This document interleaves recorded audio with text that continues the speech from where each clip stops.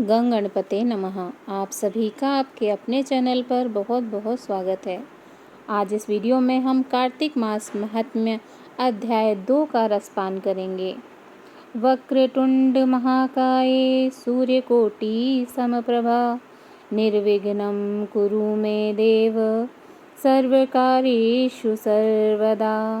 ब्रह्मा जी कहते हैं कि हे नारद, तुलसी की मंजरी सहित भगवान शालिग्राम का जो एक बूंद चरणामृत का पान करता है वह ब्रह्म हत्या आदि बड़े बड़े पापों से मुक्त होकर बैकुंठ को प्राप्त हो जाता है।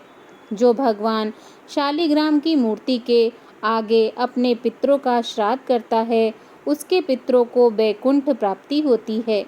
जो भगवान शालिग्राम की मूर्ति दान करता है उसको समस्त पृथ्वी के दान का फल मिलता है, परंतु शालिग्राम की मूर्ति बेचनी नहीं चाहिए। विष्णु जी का पूजन शंख के जल से और भगवान शिव जी का बिल्व पत्रों से, सूर्य का तुलसी से, गणेश जी का धतूरे के पुष्पों से तथा विष्णु जी का केतकी के पुष्पों से, शिव जी का कनेर कमल को छोड़कर किसी लाल पुष्प से पूजन नहीं करना चाहिए। जो श्री विष्णु जी का पूजन कमल के पुष्पों, लक्ष्मी जी का मालती और चंपा के पुष्पों से करता है वह भगवान की परम पद को प्राप्त हो जाता है। और जो भगवान की अति प्रिय तुलसी से पूजा करता है उसकी महिमा कोई भी नहीं कह सकता। वह कभी माता के गर्भ में नहीं आता।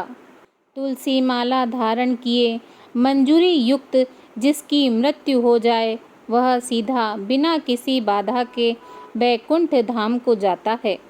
तुलसी की छाया में पितरों का श्राद्ध करने से पितरों की अक्षय तृप्ति होती है। तुलसी का सिंचन गंगा, यमुना तथा नर्मदा के स्नान के तुल्य हो जाता है।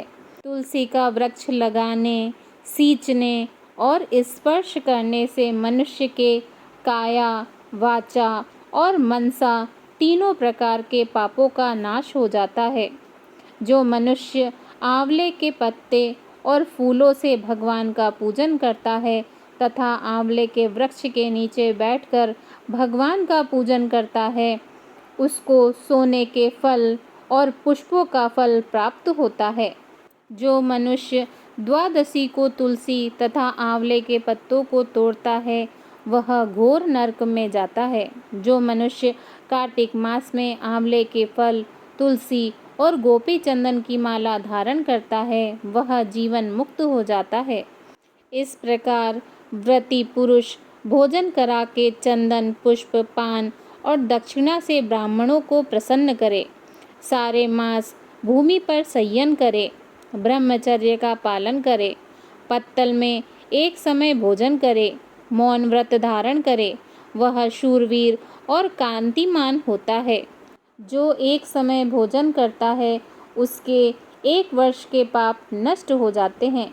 व्रती मनुष्य को शहद, कांजी, दाल, तेल, कच्चा भोजन, दूसरे का अन्न तथा किसी प्रकार का तामसी भोजन नहीं करना चाहिए।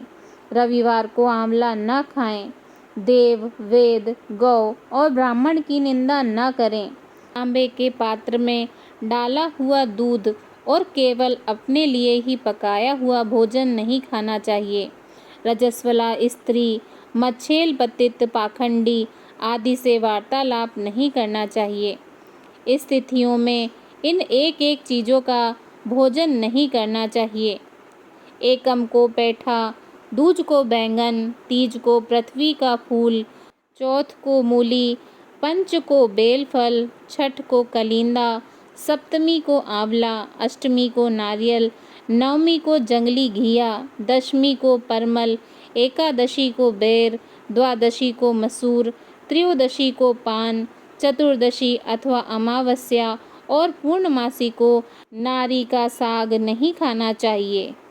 बोलिए श्री हरि भगवान विष्णु जी की जय। ओम नमो भगवते वासुदेवाय नमः।